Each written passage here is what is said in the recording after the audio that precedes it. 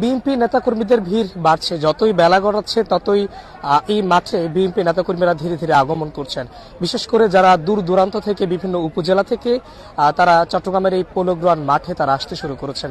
দর্শক, আমরা এই মুহূর্তে সরাসরি পোলো গ্রাউন্ড মাঠ থেকে সংযুক্ত হয়েছে এবং যতটুকু দেখছিলাম যে ঠিক সকাল থেকেই বিএনপি নেতাকর্মীরা চট্টগ্রামের এই পোলো গ্রাউন্ড মাঠে আসতে শুরু করেছেন এবং ঠিক ইতিমধ্যেই ভিড় যেটি আসলে সেটি আমরা দেখছি যে ইতিমধ্যেই ভিড় জমতে শুরু করেছে। চট্টগ্রামের পোলো গ্রাউন্ড মাঠের চিত্র যতটুকু দেখছি ইতিমধ্যেই পুরোপুরি প্রস্তুত চট্টগ্রামের এই পোলো গ্রাউন্ড মাঠ, অর্থাৎ তারেক রহমানকে বরণ করে নিতে চট্টগ্রামবাসী ইতিমধ্যে প্রস্তুত। নেতাকর্মীদের মাঝে এক প্রকার উচ্ছ্বাস কিন্তু বইছে। দীর্ঘ 2 দশক পর চট্টগ্রামের মাটিতে তারেক রহমান আসছেন এবং তারই আগমনকে ঘিরে নেতাকর্মীরা আসলে উচ্ছ্বাস প্রকাশ করছেন। বিশেষ করে তার বক্তব্য সামনে থেকে শুনবেন, তার দিক নির্দেশনা অনুযায়ী তারা আগামীর যেই রাষ্ট্র সেটি পরিচালনার জন্য নিজেদেরকে প্রস্তুত করবেন, এমনটাই তারা বার্তা দিচ্ছেন। নেতাকর্মীরা তাদের উচ্ছ্বাস আসলে এখানে এসে প্রকাশ করছেন।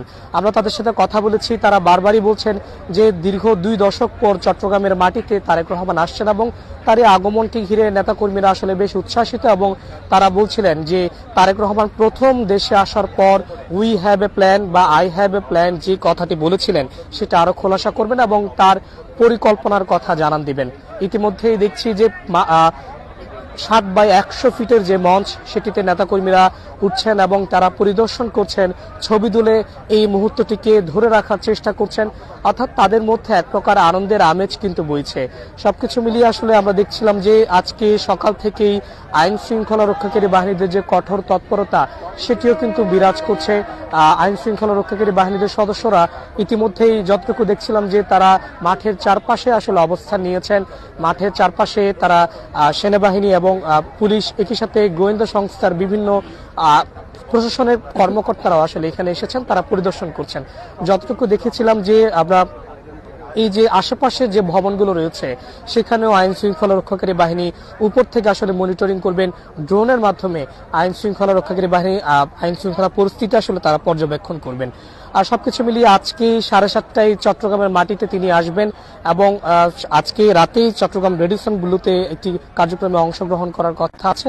তারপরে আগামীকাল 11:30টার দিকেই তিনি মূলত মহাসমাবেশে যোগ দিবেন, যেখানে প্রধান অতিথির বক্তব্যে আসলে তিনি আগামীর বাংলাদেশ গড়া যে প্রত্যয়, নির্বাচনী প্রচারণা সহ গণতান্ত্রিক ধারা ফিরিয়ে আনতে তিনি তার যে দিক নির্দেশনা সেটা আসলে তার নেতাকর্মীদের মাঝে জানাবেন। সবকিছু মিলিয়ে এই যে তার আগমনকে ঘিরে নেতাকর্মীরা উচ্ছ্বাস প্রকাশ করছেন এবং তাদের মধ্যে আনন্দের আমেজ কিন্তু বইছে। সবকিছু মিলিয়ে আমরা দেখছি যে যতই ভিড় বাড়ছে, যতই সন্ধ্যা নেমে আসছে, ততই নেতাকর্মীদের ভিড়ও বাড়ছে। অনেকেই দূর দূরান্ত থেকে চলে এসেছেন, আজকে রাতে তারা এখানে অবস্থান নেবেন এবং কালকে স্বচক্ষে সামনাসামনি তাদের প্রিয় নেতাকে দেখবেন বলে তারা এখানে আজকে রাত থেকে অবস্থান নিচ্ছেন। সবকিছু মিলিয়ে চট্টগ্রাম মহানগরের নেতাকর্মীরাও কিছুক্ষণ পরপর এসে তারা পর্যবেক্ষণ করছেন। তো সবকিছু মিলিয়ে চট্টগ্রাম তারেক রহমানকে বরণ করে নিতে ইতিমধ্যে প্রস্তুত, সব প্রস্তুতি আসলে সম্পন্ন হয়েছে। তো এই ছিল চট্টগ্রাম পোলো গ্রাউন্ড মাঠ থেকে আমার কাছে থাকা সবশেষ খবরাখবর। যুক্ত ছিলাম সৈয়দ হুসাইন।